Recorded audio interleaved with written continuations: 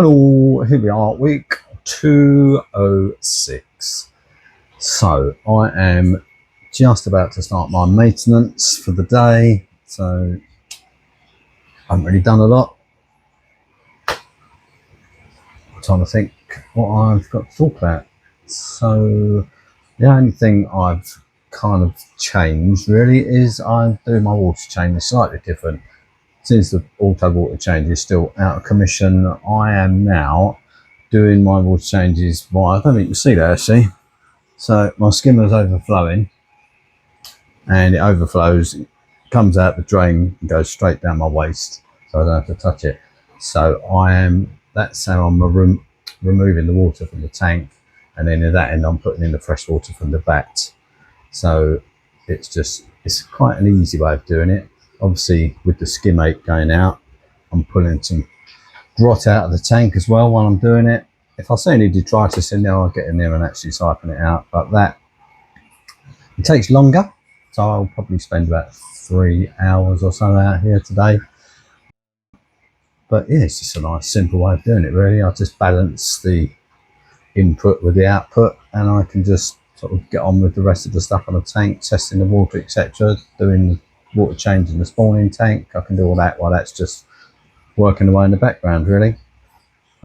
The tank is definitely on the turn for the better. Adding an extra skimmer has made a big difference actually. So I think probably mainly pH issues were due to DOCs in here, and the extra skimmer is dealing with them. So I think I said last week, proper basic really. I am just dosing alkalinity with a mixture of calcium hydroxide, which is kalkwasser, and sodium carbonate in a drum, which I'm just on the dose. I'm just dosing 160 ml a day of that, and I'm at 21 litres of calc going in via the RA, the auto top off. It's warming up now. It is, what is it, 28 degrees in here today at the moment. Nice and warm. The aircon is starting to kick in and out more, I've noticed. What else? So yeah, so my water chemistry is at, my calcium is sitting around 400, my mag is around 1350, my alk is around 7.5 to 8, so I can keep it lower with a higher pH than I had done for a long time. My PO4 is at about, I think it was 1.2 when I did it yesterday, and my nitrates are around 20, and they all seem to be ticking along pretty stable. So, oh no, yeah, I just did have one little mishap.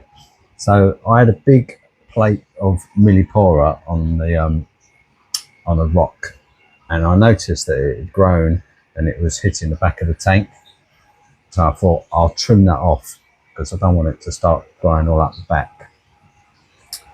And I put my, I guess they call these bone cutters. I don't know what they call them. These things, they're what I used to. So I got in the tank and I was hoping to trim the edge of the milli off. So I got in there. I went like just to sort of trim the edge, and the whole colony come off because it was a single stem. The whole thing just came off. So it came off the rock, dropped into the tank. So I was like, not what I wanted. So I thought, oh no, I'll just take the whole thing out of the tank. I'll take it to the sink. I'll trim off the edge, and I'll just glue it back. Now the trouble with getting right over and down at the back of the tank, it's hard to see on the video, but I can't, my arm doesn't reach the back of the tank. The tank is too long. So I have to get up either on this stool, or I've got a little hop up steps. The steps are slightly too short to reach over and then down. So I tend to use this stool. It's not really what it's made for, obviously, and it's quite a big step. So anyway, I've managed to fish the coral off the bottom of the tank. I've come back, I've stepped back onto the stool because I pivot on it to the tank. I step back on the stool, I lost my footing, and basically I've dropped the coral, so the thing is just smashed into a million pieces all over the floor. I've still got some bits on the floor actually. Yeah, so I've got a small bit stuck where it was growing originally, and then I've stuck another bit over on the rock on the end there. But a lot of it just went in the bin, to be honest, because it just, I mean, it really just smashed into, it was like glass actually. Yeah, so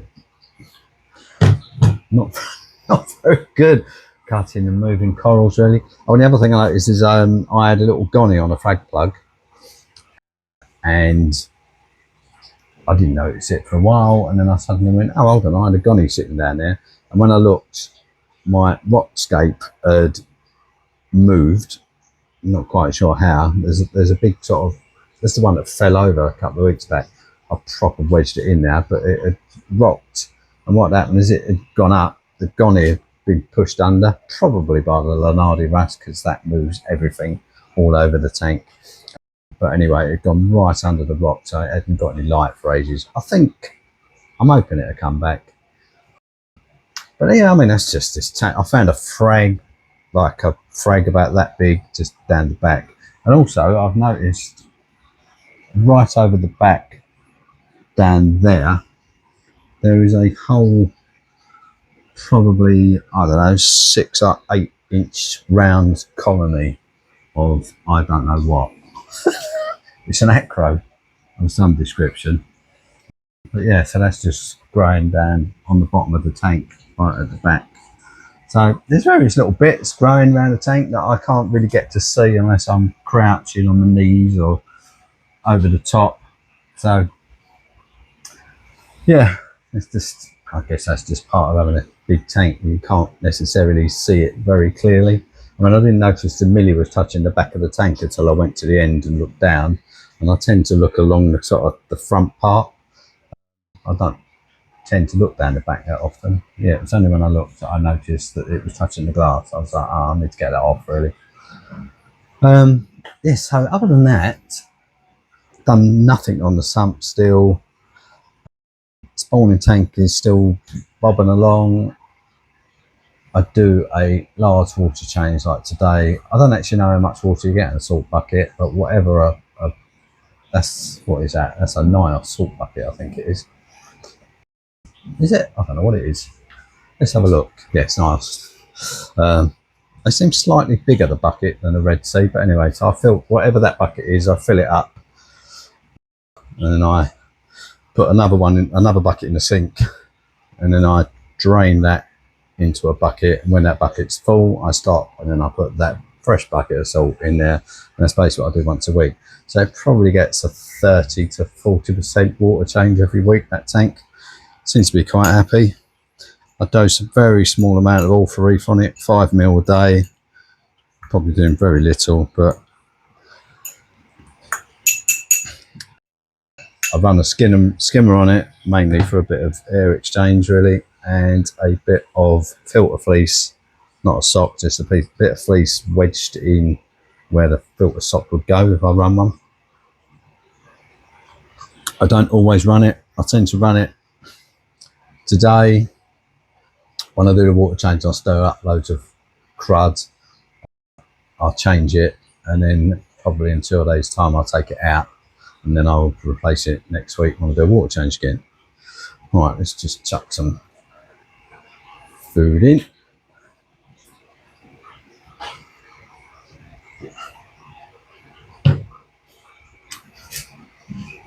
Yeah, I can't think of anything else to say really. It's just kind of, you know, bobbing along. It's that time of year. Lots of other projects on. Tank is probably enjoying me being away from it and not keep fanning around with it, to be honest. So I can't think of any disasters or anything I've had. Oh, I have ordered 10 new rolls of filter fleece from, normally I order them myself direct from Royal Exclusive in Germany, and I think, off the top of my head, that cost about, with the import, about £300 I think. And this time I've gone through my LFS, because apparently if I order through them, I don't have to pay the import duty on it, which is about 60-70 quid, I think. So I will see. I just hope they're the right ones. Right, that's it, guys. I am done. I can't think of anything else, so I will wrap it up, and I will see you in the next one.